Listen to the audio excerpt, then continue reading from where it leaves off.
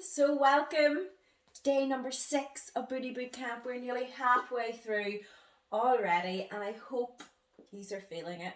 So we have day number 6 today.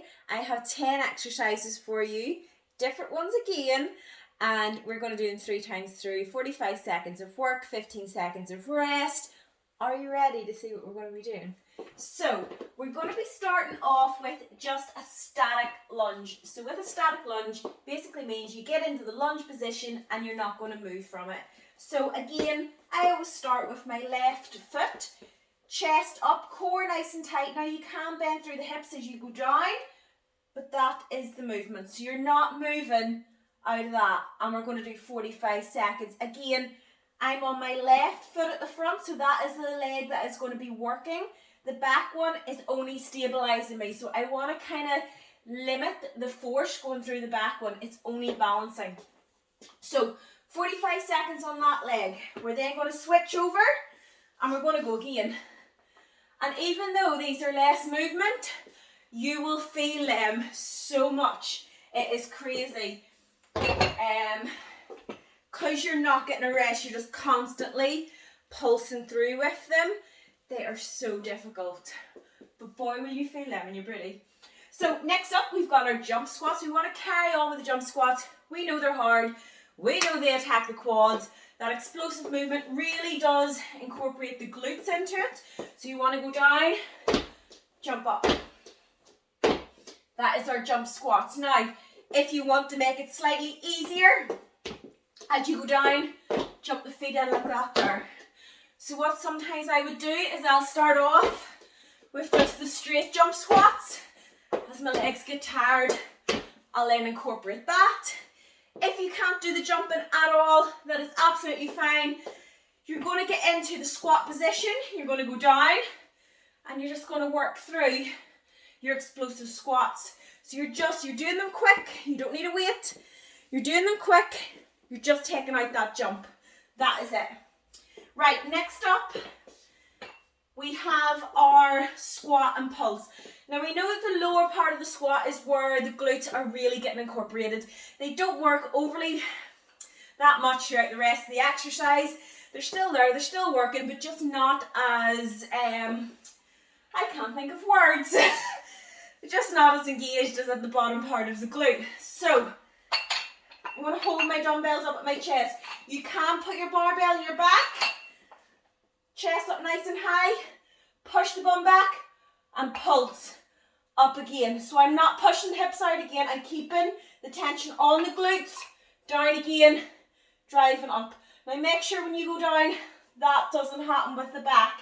You don't want that. You want to be pushing those bums right back and driving through, not going down like this. You will feel it in your back and that is it, and we don't want that. We want it on the glutes. Right, next up we've got our reverse lunge. So, reverse lunge incorporates slightly more glutes and hamstrings. Forward lunge, slightly more quads. So, again, I'm going to start with my left foot. It's the one I always start with. I'm just going to lunge back. Just stepping through, staying on that one leg. 45 seconds on that side. I'm then going to switch. And I'm going to do 45 seconds on the other. Now, after that, we've got our stiff leg deadlifts. Remember with stiff legs, you always go through the hips, it's not through the lower back. So, core nice and tight, shoulders back, push the glutes back, pushing right through the whole of the foot, get that stretch going right down the hamstrings, drive up again, straight down, drive up. So you're not holding at the top, it's just up, straight down again, and working through. Now, next up, I'm going to do my glute abductors. So, I've got my hip thrust machine. Again, you don't need a hip thrust machine to do this, guys. You can use a sofa, or if you've got a weight bench, just make sure that you put it against the wall, that whenever you're leaning against it, it's not going to slide away. That's why I like this machine, is that it can't do that. So, I'll get my hip thrust ready, because that's what we're doing after. Band, again I'm using the lighter band. I might go up to heavier, I'll see. If I feel it really well, I keep it with this band. So, sit, chest up, core tight, Make sure the band's nice and tight and just roll onto the sides of the feet and just working through.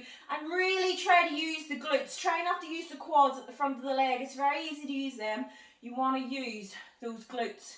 So 45 seconds. We're then going to get down. I'm going to use my resistance band.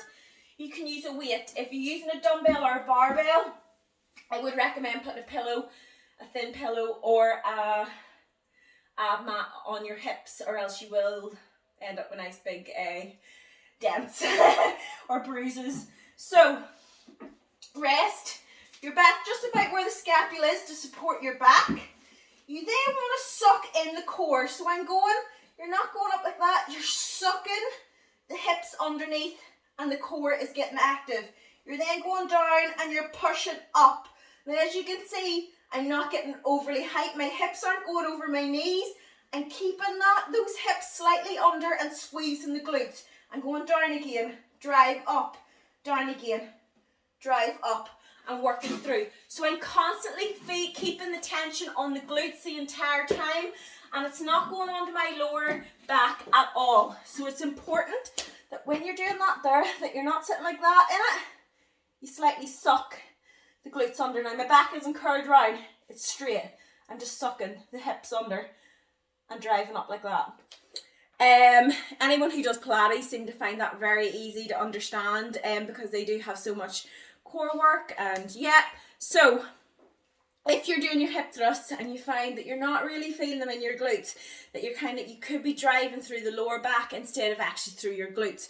So really concentrate on the area that you want to be training, and it will come. It might not come straight away, but it will come. And just always make sure that you're doing the workout as safely as possible, because your form is so important, and that is going to be what's maybe saves you from getting injuries and stuff, and it will also help the muscle grow better. Yeah, so I'm going to stop blabbering on here and we are going to get into the workout. So guys, turn the tutorial off and I will see all you guys in the workout.